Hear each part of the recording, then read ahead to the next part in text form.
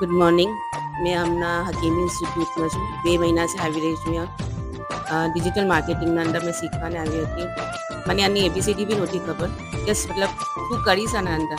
પણ જ્યારે મેં આના અંદર આવી તો મને ખબર પડ્યું કે શું સબ કરવાનું હોય છે ને કેવી રીતે સોશિયલ મીડિયા સહી તરીકાથી યુઝ કરીને આપણા બિઝનેસને આપણે લોકો કેવી રીતે વધારી શકે છે. આ ઘણું મેઇન પોઈન્ટ હતો આ ચીઝનો.